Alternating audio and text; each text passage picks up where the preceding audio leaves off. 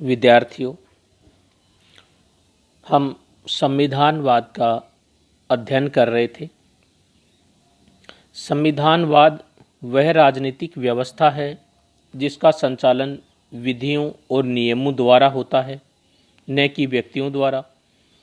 यह लोकतांत्रिक भावना और व्यवस्था पर आधारित है, जिसमें शक्तियों के केंद्रीकरण और निरंकुश व्यवस्था का कोई स्थान नहीं है। संवैधानिक सरकार वह सरकार होती है जो संवैधानिक व्यवस्था के अनुसार गठित, सीमित तथा नियंत्रित होती है तथा व्यक्ति विशेष की इच्छाओं के विरुद्ध केवल कानून के अनुसार संचालित होती है। संविधानवाद के अर्थ की बात करें तो संविधानवाद संविधान के नियमों के अनुरूप शासन संचालन से अधिक है। इसका अर्थ है निरंकुश शासन के विपरीत नियमानुकूल शासन। इसका अर्थ संविधान की शर्तों द्वारा सीमित सरकार से है। संविधान और संविधानवाद में भी अंतर पाया जाता है। संविधान संगठन का प्रतीक है, जबकि संविधानवाद विचारधारा का है। दूसरा अंतर है, संविधान प्रायः निर्मित होते हैं, जबकि संविधानवाद हमेशा विकास का परिणाम रहा है। तीसरा अंतर है, संविधान साधन युक्त धारणा है, जबकि संविधानवाद साध्य युक्त धारणा है। संविधानवाद के कुछ आधार होते हैं, वो इस प्रकार हैं, जैसे संस्थाओं के ढांचे और प्रक्रियाओं पर मतज्ञ। दूसरा है सरकार के आधार के रूप में विधि के शासन की आवश्यकता पर सहमति। तीसरा है समाज के सामान्य उद्देश्यों पर सहमति। और चौथा है गौण लक्ष्यों तथा विशिष्ट नीति प्रश्नों पर सहमति। ये संविधानवाद के आधार हैं, अर्थात संस्थाओं के ढांचे और प्रक्रियाओं पर मतज्ञ। आम नागरिकों में अपने देश की राजनीतिक संस्थाओं के ढांचे और प्रक्रियाओं पर मतज्ञ संवैधानिक सरकार के लिए विशेष महत्वपूर्ण है। यदि नागरिकों की बड़ी संख्या यह अनुभव करती हो कि सरकार का तंत्र उनके अहित में अन्यायपूर्ण ढंग से संचालित होता है, तो वे सरकारी व्यवस्था को स्वीकार नहीं करेंगे। इससे सरकार की सत्ता कमज़ोर होगी और सरकार को जनता का समर्थन नहीं मिलेगा।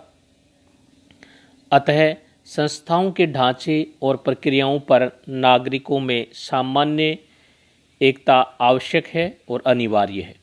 दूसरा आधार है सरकार के आधार के रूप में विधि के शासन की आवश्यकता पर सहमति।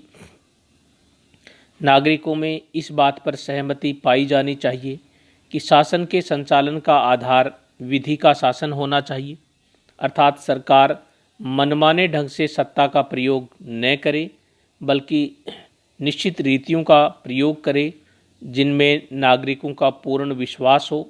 यह संभव है कि विशेष परिस्थितियों में समाज राजनीतिक पद्धति को उन विशेष परिस्थितियों के समाधान के लिए पूर्ण सत्ता के प्रयोग के अधिकार को दे दे, परंतु उनमें भी मतज्ञता का होना आवश्यक है।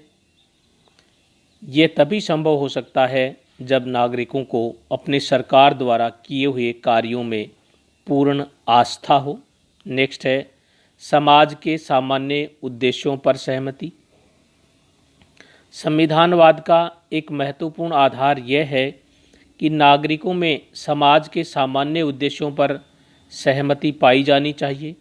यदि किसी भी परिस्थिति में उद्देश्यों की प्राप्ति के लिए दृष्टिकोणों में समाज में मतज्ञ नहीं है, तो समाज में इस भिन्नता के कारण संघर्ष की स्थिति, जिसे तनाव या खिंचाव, दबाव की स्थिति कहा जा सकता है, उत्पन्न हो जाती है, जिसके कारण से भी आस्था कम हो जाती है। नेक्स्ट है गौण लक्ष्यों व विशिष्ट नीति प्रश्नों पर सहमति। संविधानवाद की व्यवहार में उपलब्धि के लिए यह जरूरी है कि गौण उद्देश्यों व विशिष्ट नीति प्रश्नों पर भी समाज में सहमति हो, क्योंकि इन पर असहमति वह प्रारंभिक दशा है जो संविधानवाद के भवन को धराशायी करने की पृष्ठभूमि तैयार करती है। विशिष्ट नीति प्रश्नों पर असहमति से असंतोष की वह स्थिति उत्पन्न हो सकती है जो सहमति के अन्य क्षेत्रों में तनाव और विरोध के बीज बो दे, जिससे संविधानवाद के संपूर्ण ढांचे में दरारें पड़ने लगी। इसके लिए ये संविधानवाद के आधार का होना आवश्यक है। नेक्स्ट है संविधानवाद के तत्व। संविधानवाद के तत्व हैं, पहला संविधान आवश्यक संस्थाओं की अभिव्यक्ति, दूसरा संविधान राजनीतिक शक्ति का प्रतिप्रबंधक, तीसरा संविधान विकास का निर्देशक और चौथा संविधान राजनीतिक शक्ति के संगठक के रूप में।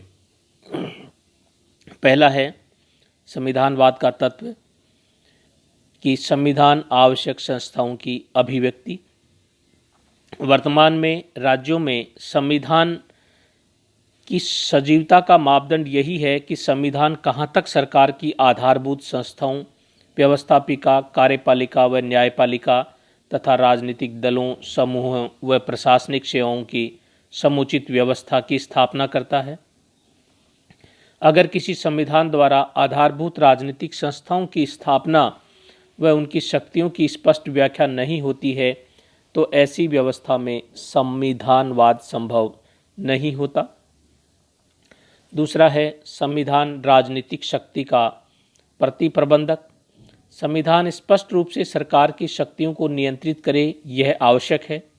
इससे सरकारी क्रिया सुनिश्चित हो जाती है, जिससे शासित शासकों के स्वेच्छाचारी कृत्यों से बचे रहते हैं और शासन केवल विधि के अनुरूप संचालित होता रहता है। इसके लिए हर लोकतांत्रिक राजनीतिक व्यवस्था के संविधान में कुछ ऐसे प्रावधान किए जाते हैं जो सरकार को हर समय व हर कदम पर नियंत्रित, प्रतिबंधित करते हुए अपने अधिकार क्षेत्र में सीमित रखते हैं। नेक्स्ट है संविधान विकास का निर्देशक।